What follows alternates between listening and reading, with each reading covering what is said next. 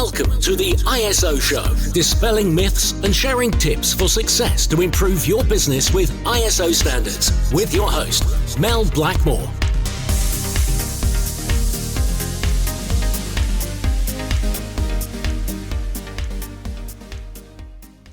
Hi, and welcome to the ISO Show. Well, in today's episode, this is the last in a 4-part series that we've been doing on the cosmetics manufacturing standard ISO 22716 with Derek Hall, who's our leading expert on ISO 22716. So in today's episode, Derek's going to be sharing some guidance, tips for us on the GMP ISO 22716. So these are top tips if you'd like to implement the standard, and Derek's going to take us through some tips both on the personnel, premises and equipment, operations and materials management, quality control, and cosmetics quality management systems. Now, if you listen to the first episode in this series, Derek would have explained and given an overview on those 5 areas, but today he's going to be revisiting some of those areas and sharing some guidance and some tips on implementation. So welcome back, Derek, and look forward to hearing all those tips. Thank you, Mel, for that introduction. Yes, I'd like to share some ideas and tips and improvements that you can possibly make within different areas. In first area, I think Mel spoke about there was personnel. Now, a good thing with personnel, a good thing to do is to establish an organisational chart. And this organisational chart needs to be version controlled and should be signed and dated by senior management. I mean, that's a really important point, because then it shows that senior management are committed to the organisation within the company and how the company is structured. So within this, there is a need to ensure adequate staffing levels according to the diversity of your production, that is. So you need to ensure that you've got adequate staffing levels to identify the different things that you carry out within the organisation. And the organisational chart also should show the independence or interdependence of other units of the plant. For example, the quality unit. So here's the quality unit independent of, say, quality assurance, or is it one unit? So it's quite important, in fact really important, that these areas are identified.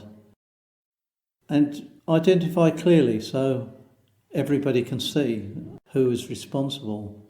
So clearly defined references should be made and given to quality issues, the release of products, the movement of product, different quality status, and we need to understand quarantine and release and rejected and deviation control, investigation and change control, etc., etc. So I suppose in simple terms though, it's about making sure that it's clearly defined. The organisation chart is clearly defined. The organisation is clearly structured, and everybody within the organisation have an understanding on who does what. I find a good method to do this is actually to look at what skills you've got within your organisation. So things like skills matrices are also always really good. I mean, apart from ISO 22716, skills matrices are a good idea anyway, because you've got different activities being carried out. It could be production of cosmetics, it could be administration tasks, quality related tasks, it could be health and safety tasks, and certain people are responsible, and it's quite interesting and enlightening when you see skills mapped down or mapped out on a matrix to identify where the gaps are. You might find you're overloaded in certain areas. You might have a lot of people involved in production, but not a lot of people involved in administration, and vice versa. You could find you've got one forklift driver, for example, who takes in goods in the afternoon. After that, there's nobody there. There's nobody skilled to carry out that task. So, little things like that can end up being really important. Also, there is a need, and I've touched on this in previous presentations, about control needed in regard to food and beverages. There really needs to be procedures or processes certainly in place to control the use of eating, drinking, chewing, smoking, hopefully not nowadays, the storage of food, drink and smoking materials, for example, personal medication, production control, storage areas, they all should be well controlled. And signage, for example, should be produced and displayed to show that you've got controls.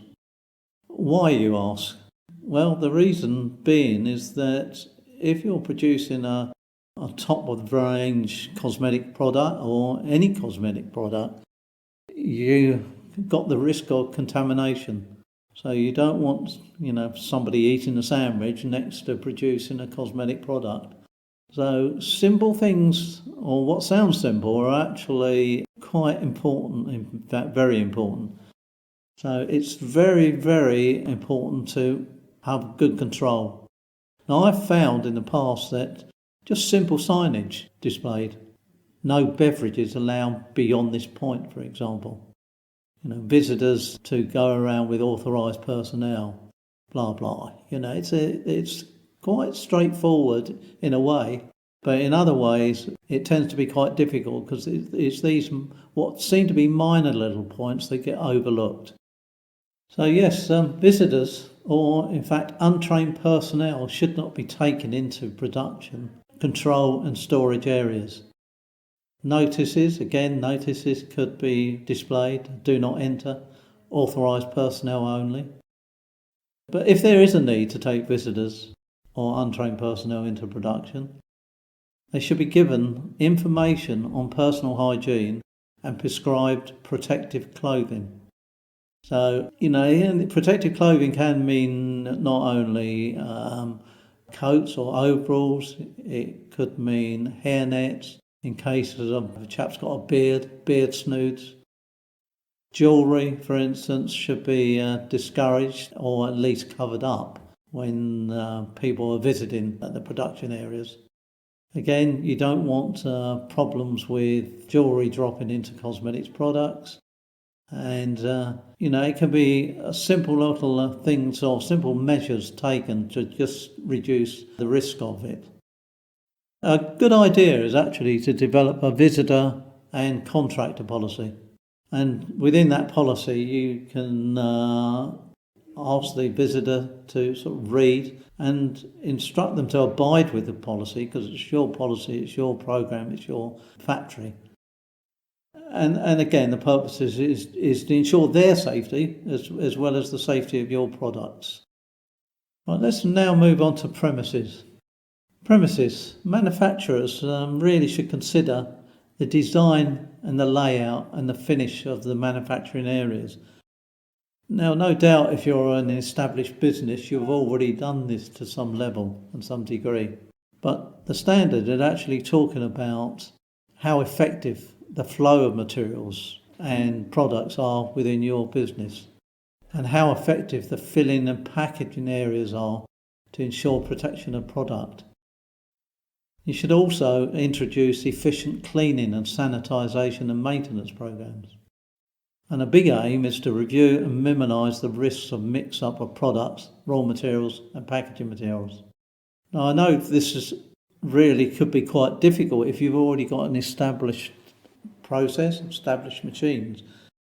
It's a lot easier if you're moving into a new factory and you can design from the outset.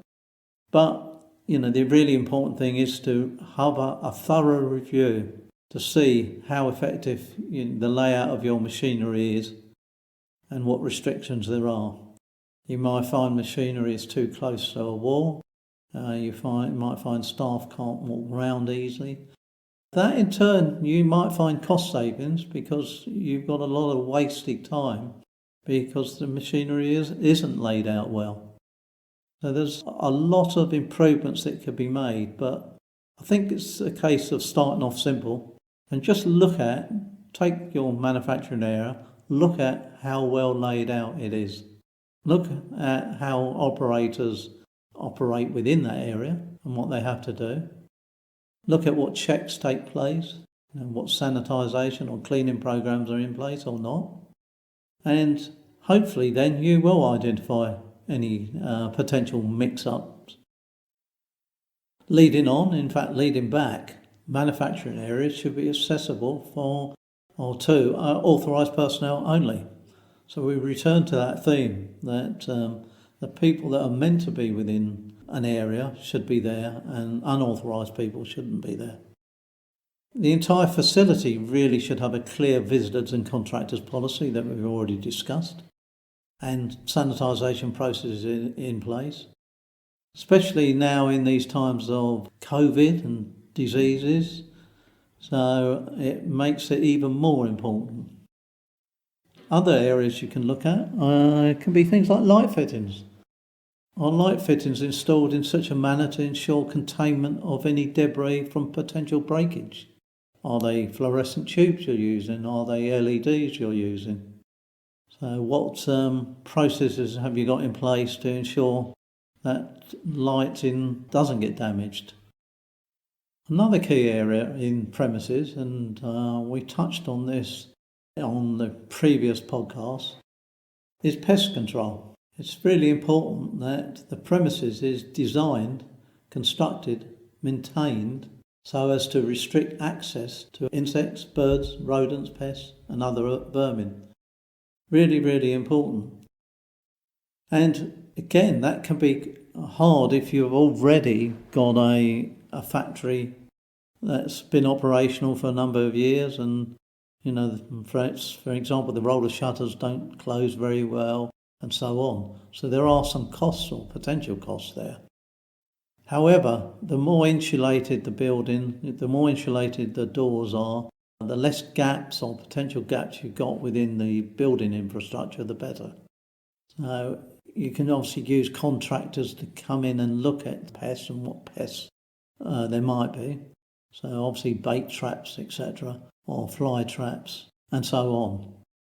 But again, you need to have a real deep look at this. And certainly in areas where production takes place and within, say, warehouse where you're storing your chemicals or ingredients. So really important that there are no areas that could potentially attract or harbour pests. Okay, so moving on to equipment. It's important that you've got the proper design of production equipment, and it's an absolute key requirement, especially to prevent contamination. Now again, you might have existing machinery or existing equipment. Is it sufficient? These are questions to ask, not only on an ISO 22716 standard, but in terms of your business. How efficient is your machinery? When was the last time you did look at it? Have you got any cleaning or sanitisation program in place? Can you avoid the occurrence of mix-ups and cross-contamination? Now, cross-contamination, absolutely key. You obviously don't want cross-contamination, but what are the dangers there? And this is why it's important to have a sanitisation program in place to minimise, reduce and hopefully eliminate the risks of cross-contamination. Consideration should be given to all equipment used during manufacture, e.g. weighing scales, temperature recorders, mixers, and requirements for calibration should be assessed and documented. Now, if you run an ISO 9001 system, you're probably used to having calibration processes in place. But, in this standard, it is a mandatory requirement. And if you're manufacturing under 9001, it's also mandatory that you calibrate or verify the equipment you're using. And again, by knowing how efficient your machinery is, that will hopefully save you time, save you money. So again, ask yourself, have you got a process in place? Who monitors calibration for you? Are they monitored on annual basis? What needs calibration? Not all things need calibration. What needs checking? What needs verification? Lots of different questions to ask, but certainly go deeply into areas like calibration, maintenance sheets, verification sheets, and other types of checking of equipment that you might carry out. So leading on, facilities also should be organised to allow performance of tasks according to defined and preset parameters of manufacturing, packaging and storage. So ask yourself, have you got any processes in place, or have you got any documentation in place to facilitate those needs? Areas should allow proper access and flow of materials. We touched on flow of materials or flow earlier on. So it's really important if you're taking materials out from, say, your warehouse into your manufacturing area. Is there proper access to get that material, into those areas? Are there any hold-ups? This is all sort of common sense stuff, but sometimes people tend to put up with the present situation and don't look at how areas of improvement can take place. So again, improved flow of materials should increase the efficiency of what you're producing, and i.e. the speed that you produce things at. And clear segregation of manufacturing and storage should be instigated as well. Raw materials. Now, raw materials can consist of paper and card. It could be the ingredients you use, chemicals that you use. It can be a variety of different raw materials. You probably need to ask yourself how well stored they are. Have you got a good storage area? How well labelled is that storage area?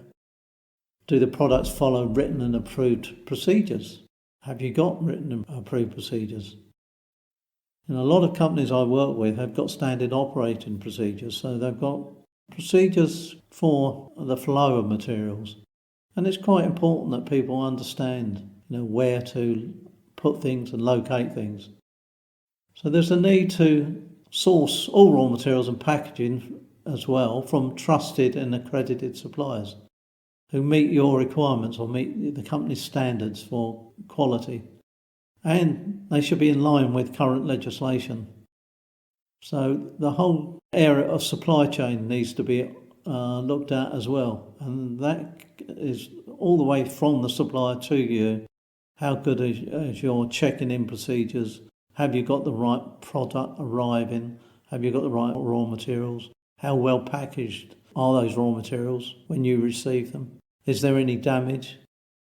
What have you signed off for? Are the quantities correct, etc., etc. In respect to the evaluation of new suppliers, it's recommended that comparative analysis is conducted. So, and to look at different suppliers of raw materials.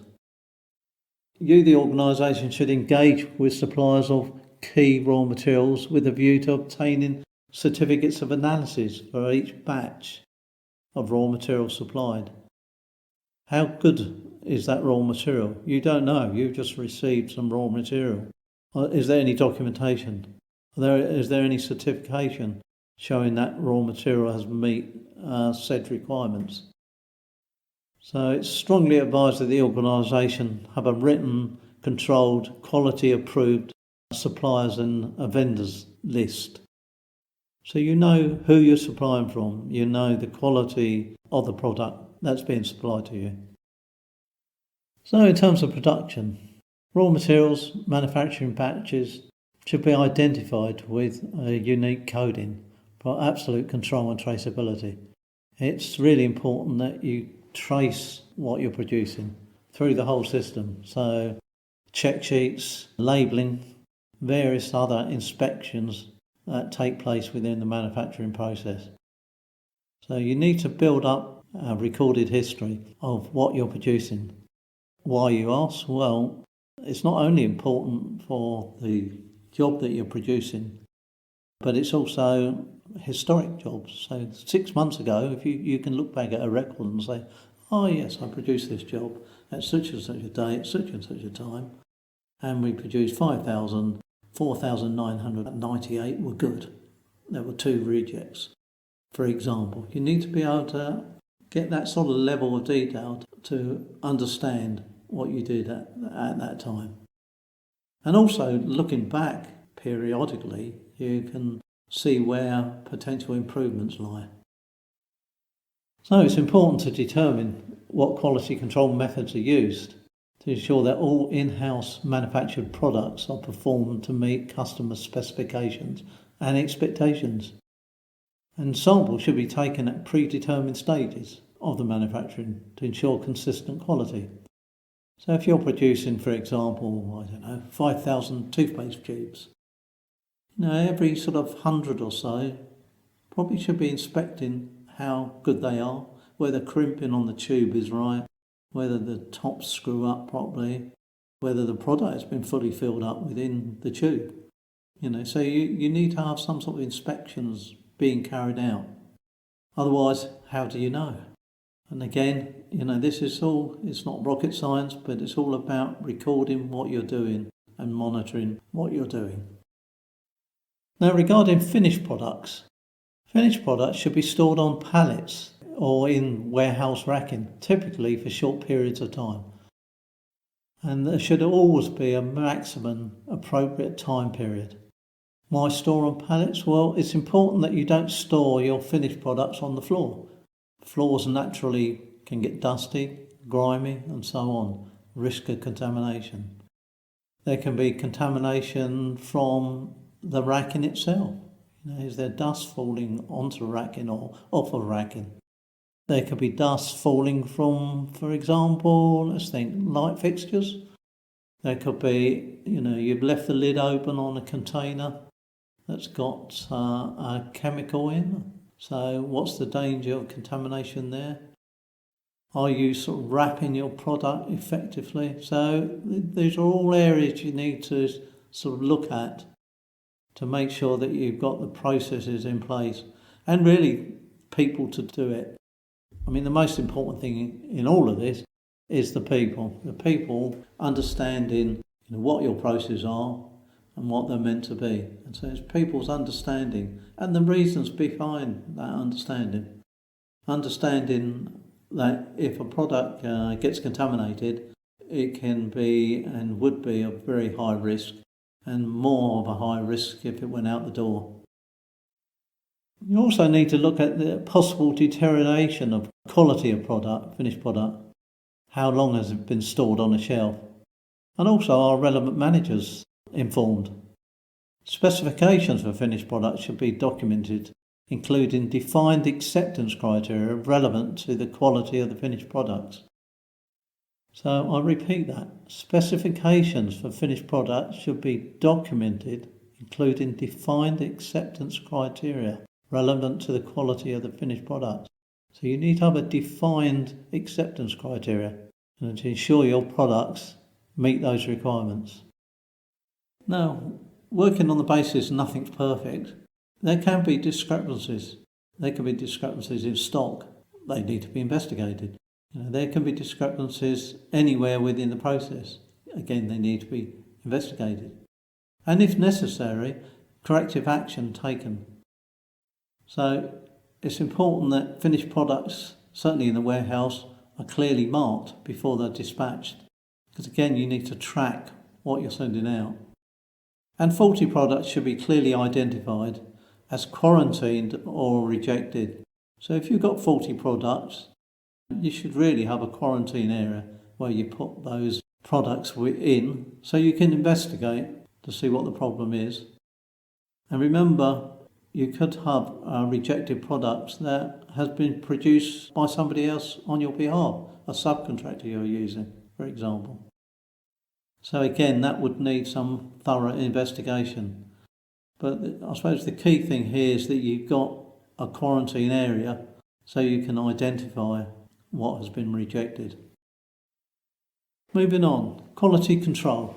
Quality control is really all about ensuring raw materials, components, bulk product and packed product are all tested and passed as being an acceptable quality before being used. Certainly if you're using contractors to produce raw materials, components, would certainly expect to see certificates of analysis. So that's your sort of proof that the product meets certain requirements or doesn't meet certain requirements. So it's of the utmost importance that you obtain certificates of analysis, or COAs as we call them. And you should ensure that materials released for use and products released for shipment only if they fulfil the required acceptance criteria. So have you got an acceptance criteria forms or manufacturing order forms or check-in forms, forms that tell you what the formula of the product is? There's a variety of different forms that can be used, but obviously specific to what you're producing. So the documentation that you use might be different or would be different in different trades. So toothpaste manufacturer I spoke about earlier on, but you've got maybe ingredients manufacturing, you've got cosmetics pads, lipsticks, you've got a lot of different products, and they've all got their own needs, and their own criteria. But in every case, it's about checking that you meet an acceptance criteria. So if it doesn't meet the criteria that you've set, the treatment of the product, that's out of specification, should be reviewed. Investigation should take place with authorised personnel to find out the reasons and the underlying causes of why the product's being rejected. And really your processes should find why it's out of specification, as opposed to you shipping it out to a client, a customer, for them to find it. It's about your system controlling things. And then it's about you ensuring decisions to maybe destroy or even reprocess is approved. There can be certain instances where you can reprocess certain things, but it depends on what it is exactly. But again, it should be approved by personnel responsible for the quality of the product.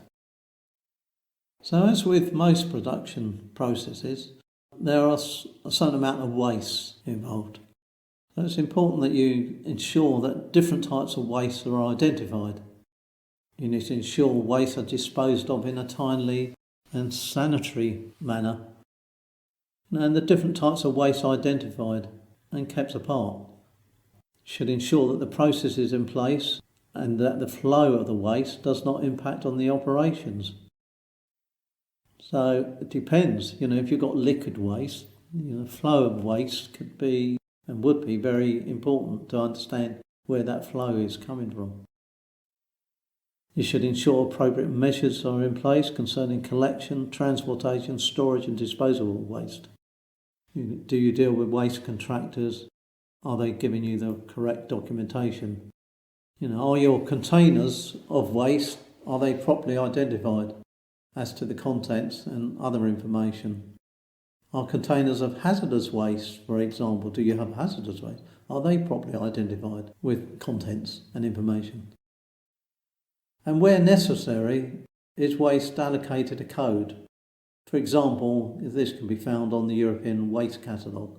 So there are certain codes for certain types of waste that you'd need to understand. But if you didn't, your waste disposal company certainly should understand. And you should ensure disposal of waste is performed in an appropriate way with an adequate level of control, and ensure correct waste carriers' licences are received and maintained.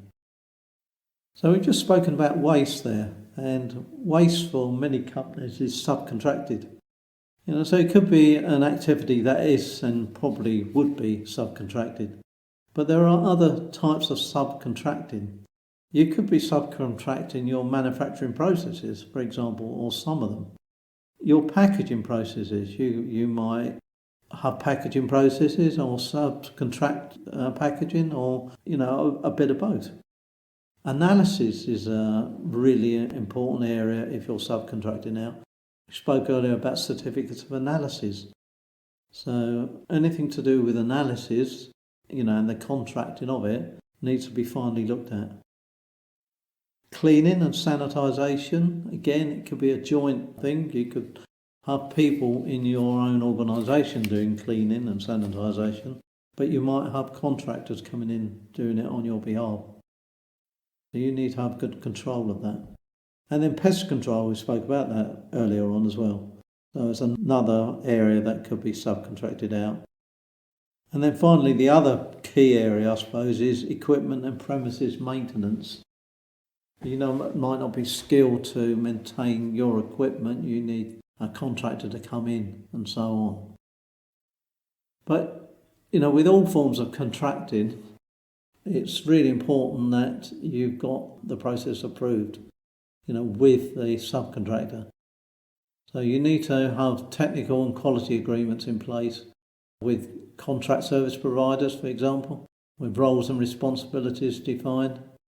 Technical agreements, for instance, are put in place for companies that provide contract manufacturing services. So agreements should include responsibilities of both parties in respect to those factors. So it's all about, then the standard talks about two things really. It talks about the contract acceptor and the contract approver. So you the company, you're giving the contract to somebody, but you need to make sure that the company you're giving it to controls and does what you ask them to do. And you need to have written agreements in place. And this part of the standard tends to be a bit confusing for people, but it really is about having a written contract or a written agreement. So you need to have something that's in writing now. That could be electronically produced, but there needs to be some evidence that if you're subcontracting out, that has been agreed. So you might not have a contract, but you certainly should have an agreement in place. So I think, as I've said already, you can have problems anywhere through the process. So you could have deviations, as we call them. So there could be deviations anywhere within the process. You could have deviations in packaging, storage, shipment, materials operations. So it's about trying to deal and understand where those deviations lie within the chain of operations. It's also about ensuring there's a quality regime in place to investigate complaints until a satisfactory solution has been found and communicated to the client. Because at the end of the day, you're going to have to communicate back to the client if you've got some sort of deviation with what you produced. Now, in the case of serious quality deviations, posing serious threat to consumer health and safety, you need to ensure that you, the organisation, are able to coordinate the effective recall of the product. So, say you've sent the product out, it went out 2 weeks ago, it's on the shelves in the store. How effective are your recall processes? You really would need to look very deeply into this, and you need to have an effective process in place to effectively review that deviation. Because remember, this standard is all built on consumer safety. So that leads into complaints and recalls. So you should ensure all complaints are communicated to the plant and to the client. All complaints are reviewed, investigated, followed up. Product recall decisions are made to ensure appropriate steps to complete the recall and to implement the corrective action. So none of this should be much of a surprise if you've got an ISO 9001 system or any other type of management system in place. You would then understand the need to take corrective action. However, you might not have. And this is why it's important to have these processes in place. And this is where, we can come in and look at how effective your processes are. Okay, I'm now going to talk about change control. Now, change control is the smallest part of the standard, but it has very large ramifications. In the standard, it simply says changes that could affect the quality of the product should be approved and performed by authorised personnel on the basis of sufficient data. Wow. That's some sort of statement. So what is What do they mean by change control? Well, change control, the definition of change control within a quality management system, is a formal process used to ensure that changes to a product system are introduced in a controlled and coordinated manner. So you might want to have some changes to your machinery. You might want to have some changes to the way you operate. You might have some changes to the product you produce. So there could be a lot of different areas where changes could come in. Some of them might be minor, some of them might be major. But an effective change management system must document all changes, whether these changes consist of fixes, enhancements, or major revisions. In particular, documentation of change management process needs to specify who's responsible for performing the following roles. So 1, who can request the changes? 2, who can approve the changes? 3, who can develop changes? 4, who can test the changes for compliance with approved specifications? And 5, who can move the changes into production? So, in other words, you're changing a process. So there's 5 sort of key questions. It's probably an idea to ask yourself. Who can request, who can approve, who can develop, who can test, and who can move changes into production? Okay, internal audits. The standard, like many standards, talks about holding internal audits. So you might already have a process in place for auditing. That's fine. Let's utilise that process. Let's utilise what you're doing already. You might have a contractor, hopefully with a written agreement or an approval, that carries out audits on your behalf. That's fine also. So it's not that prescriptive, but what you do need to show is that you have been auditing your system. And you need to ensure within that audit process continuous improvement. And you've got a series of surveillance audits scheduled. And really with a minimum of 1 per year, but that really is a minimum. You really do need to probably audit all of the standard each year, certainly initially anyway. And you need to be able to track the findings of audits and take corrective actions. In some sort of spreadsheet, we tend to use a thing called a continual improvement log, which helps you track the findings of audits. Because, time slips by and issues might have been raised. Well, have they been resolved? So you need somebody to control that process, to ask those sort of questions and to see how well you're performing against the gaps that have been identified. So the audits are there, for a purpose, and that purpose is, as already said, continual improvement. So the final section here, in terms of the standard, is documentation. However, I think we've been speaking about documentation all the way through. Now, all the way through, the standard is looking for evidence that things are carried out. Have you got certificates of analysis in place? Have you got procedures in place? Have you got check sheets in place? And the standard talks about, though, having documents approved, signed, dated by authorised personnel before being used.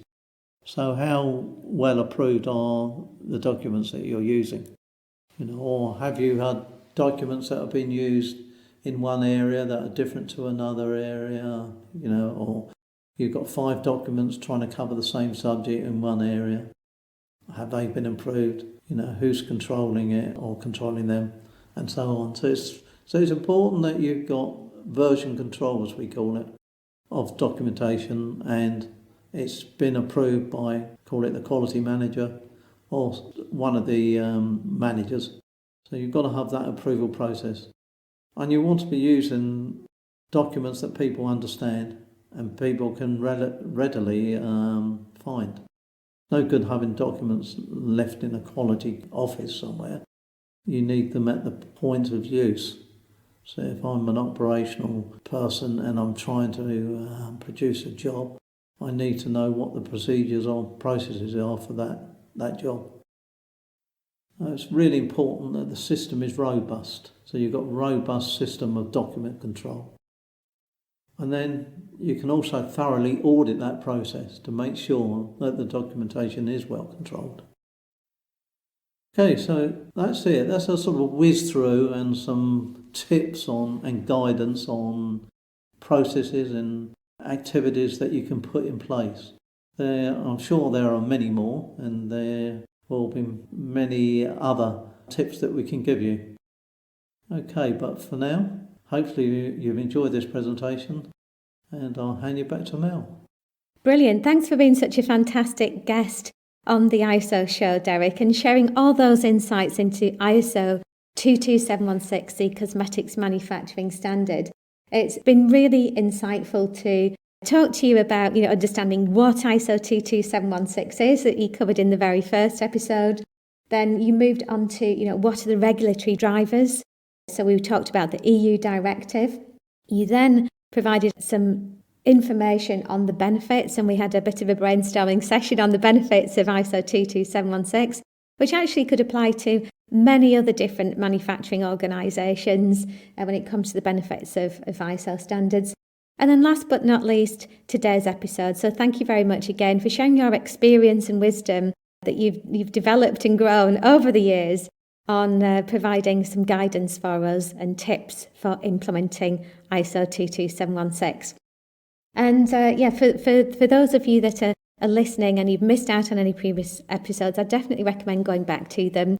If you go onto our website, www.blackmoresuk.com, you'll get all of the show notes for all 4 episodes and links to any other useful information. We will have some insights available in the ISOlogy Hub as well that will be coming up over the next few months, which is basically, it's like a Netflix version of ISO standard support, which is available online. It's available to you 24/7. It's a membership service that we offer.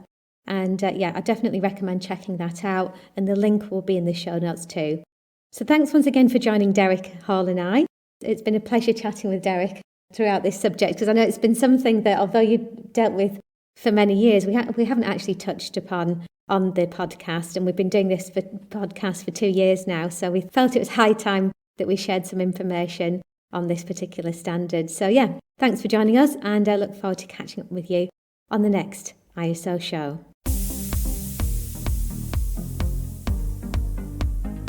Looking to use ISO standards to drive better business practice? Contact us at blackmoresuk.com to access further information and book your free 15-minute call.